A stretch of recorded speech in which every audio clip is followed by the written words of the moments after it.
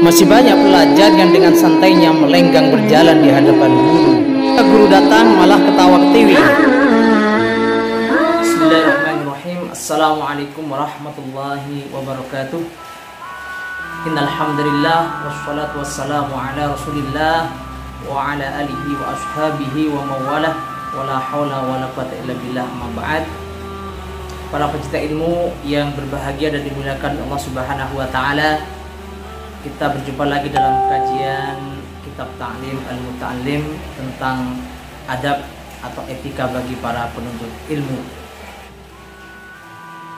Di dalam Islam, pendidikan tidak sekedar mengajarkan ilmu atau transfer of knowledge. Pendidikan juga tidak sekedar mengantarkan peserta didik dari tidak kompeten, tidak memiliki keahlian, kompetensi, kemudian menjadi memiliki kecakapan atau kompetensi atau keahlian. Tapi lebih dari itu, Islam mengajarkan pendidikan dan juga mentakdib atau mengajarkan etika, menjadikan manusia tidak hanya berilmu, tidak hanya kompeten, tidak hanya memiliki keterampilan hidup, tetapi juga memiliki etika dan budi pekerti yang luhur. Dan itu pula yang menjadi tujuan risalah Nabi Muhammad SAW, yaitu innama bu'itsu liutammima makarimal akhlak. Oleh karena itu, dalam kitab Ta'lim Al-Muta'allim itu sangat ditekankan bagaimana etika atau adab seorang murid terhadap guru, yang diantaranya adalah dengan memuliakan guru. Baik, sekarang kita lanjutkan bagaimana kita memuliakan guru, bagaimana seorang murid memuliakan guru. Di antaranya bismillahirrahmanirrahim. Wa min tawqiril muallimi alla yamshiya amamahu. Di antara bentuk memuliakan guru adalah tidak berjalan di depannya. Wala yajlisa makanahu, tidak duduk di tempat duduk beliau. Wala yabtadi'a al-kalama indahu, tidak memulai pembicaraan di hadapannya. Illa biidnihi, kecuali dengan seizin guru. Wala yuksiral kalama indahu, tidak banyak berkata, tidak banyak berbicara di hadapannya. Wala yas'ala syai'an inda malalatihi, dan tidak bertanya tentang sesuatu padanya ketika gurunya sedang tidak mood. Wa yura'iyal waqta, dan juga memperhatikan waktu ketika mau berhajat pada guru. Wala yaduqqa al-baba, tidak mengetuk-ngetuk pintu. Bal yasbira hatta yakhruja, tetapi bersabar sehingga guru keluar. Falhasilu annahu yatlubu ridahu, intinya seorang murid itu mencari ridha guru. Wa yajtanibu sukhtahu, dan menjauhkan diri dari kemurkaan guru. Wa yatamassalu amrahu, dan mematuhi perintah guru fi ghairi ma'siyatillahi ta'ala, di dalam hal yang bukan merupakan maksiat kepada Allah Subhanahu wa taala. Wala ta'ata lil makhluqi fi ma'siyatil khaliq, sedangkan tidak ada ketaatan pada makhluk dalam hal kemaksiatan kepada Allah Subhanahu wa taala. Ini beberapa hal yang menjadi catatan penting yang disampaikan oleh Syekh Az-Zarnuji dalam kitab Ta'lim Al-Muta'allim, bagaimana kita memuliakan guru. Yang pertama adalah alla yamshiya amamahu, tidak berjalan di hadapan guru. Ini menjadi sangat penting sekali ya, karena etika ini tidak hanya menjadi etika dalam Islam, tapi dalam etika kita, adab budaya ketimuran juga demikian. Bagaimana kita di dalam berjalan tidak mendahului orang yang lebih senior, lebih tua dari kita. Namun dalam hal ini masih menjadi keprihatinan kita, bagaimana kita melihat para pelajar yang dengan santainya berjalan mendahului gurunya. Dan yang kedua, wala yajlisa makanahu, tidak duduk di tempat duduk guru. Jadi di kantor, di kelas itu ada tempat duduk yang disediakan khusus untuk guru. Dan dalam adab Islam ini menjadi suatu yang qalilul adab ya, tidak beretika atau kurang beretika ketika ada pelajar, ada murid yang dia berani duduk di tempat guru meskipun gurunya tidak ada. Dan ini perlu menjadi perhatian kita, perlu kita tanamkan. Memang itu adalah adab, dan adab itu perlu dididikkan, tidak sekedar diberitahu, tapi juga perlu dibiasakan. Kemudian yang ketiga, la yabtadi al-kalama indahu, tidak mendahului berbicara di hadapan guru kecuali dengan seizin guru. Oleh karena itu ketika guru datang ke kelas kita, maka seyogyanya kita menunjukkan sikap hormat, kemudian tidak banyak berbicara, tidak mendahului pembicaraan, ya, belum duduk gurunya sudah ditanya dan lain sebagainya. Apalagi ketika guru masuk kita sedang ketawa ketiwi, menunjukkan gestur perilaku yang tidak menghormati guru, dan itu sungguh luar biasa buruknya dalam pandangan etika Islam. Dan prihatinnya itu masih banyak terjadi.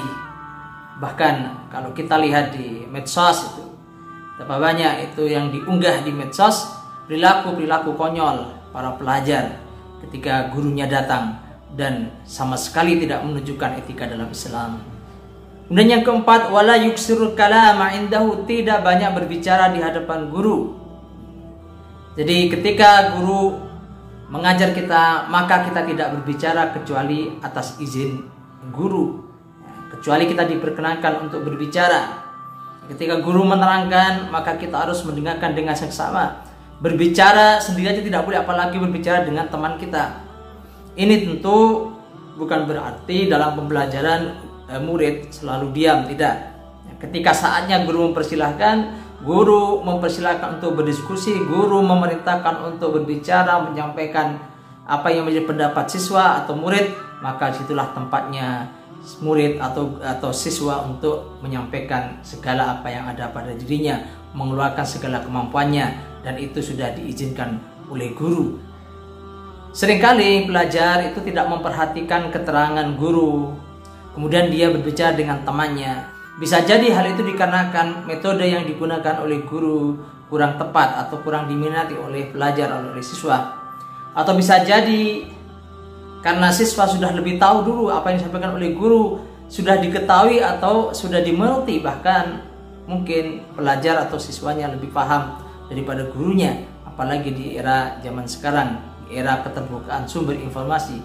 Namun demikian dalam Islam, etika, adab dalam Islam, kita diperintahkan untuk senantiasa menghormati guru. Ketika kita sudah tahu, mungkin kita sudah lebih paham daripada guru, tapi kita harus menunjukkan etika seakan-akan kita baru pertama kali mendengar itu. Dan itu yang disampaikan oleh salafus saleh, para ulama dahulu. Bagaimana para ulama terdahulu ketika mendengarkan ilmu dari seorang guru, meskipun sudah hafal, tapi seakan-akan dia baru pertama kali mendengarnya, menunjukkan semangat dan antusiasnya. Itulah yang mendatangkan keberkahan dan kemuliaan hidup. Tentu di zaman sekarang bisa jadi seorang pelajar, seorang murid tidak berbicara dengan temannya, tetapi menyibukkan diri dengan hal-hal lain yang memalingkan dari perhatian terhadap guru. Bisa jadi membaca buku sendiri atau main gadget ketika guru menerangkan pelajaran, dan itu sama kedudukannya dengan ketika kita berbicara dengan teman kita saat guru menerangkan. Kemudian yang kelima, wala yas'ala syai'an inda malalati, jangan bertanya kepada guru ketika suasana hati guru tidak dalam kondisi yang baik. Maka kita harus perhatikan ketika kita mau bertanya kepada guru, apakah suasana hati guru itu sedang nyaman. Bisa jadi guru lagi dipusingkan dengan persoalan, memikirkan sesuatu sehingga moodnya tidak sedang baik, maka di situ kita harus memperhatikan. Dan juga perlu diperhatikan ketika kita bertanya kepada guru, bisa jadi guru dalam menghadapi pertanyaan kita itu mengalami kesulitan di dalam menjawab pertanyaan-pertanyaan kita, pertanyaan-pertanyaan murid. Maka saat itu etika seorang murid tidak justru kemudian menyerangnya dengan berbagai pertanyaan, tapi justru disitulah etika dikedepankan. Seorang murid atau pelajar tidak lagi bertanya kepada guru, karena hal itu akan membebani guru. Yang keenam, wa yura'il waqta wa la yaduqqal baba hatta yakhruja.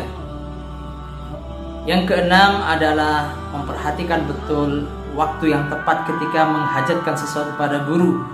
Ini biasanya terjadi di lingkungan pondok pesantren, di mana tempat tinggal guru dan murid itu dalam satu kompleks.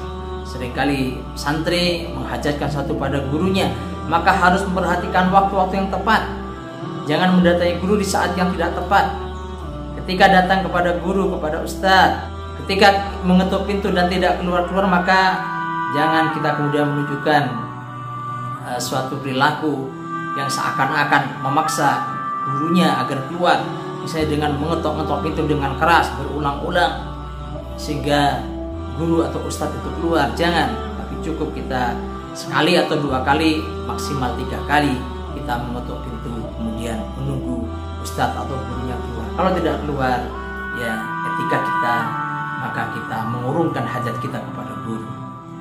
Dan yang terakhir, wa yatamassalu amrahu, mematuhi perintah guru selama perintah itu bukan perintah bermaksiat kepada Allah Subhanahu wa taala. Guru adalah orang tua kita. Guru, bahkan Imam Ali memiliki konsep guru itu adalah majikan dan kita adalah hamba. Ana abdu man allamani harfan wahidan. Saya adalah hamba, orang yang mengajak satu huruf. Itu satu huruf, padahal guru kita mengajari ribuan bahkan jutaan huruf.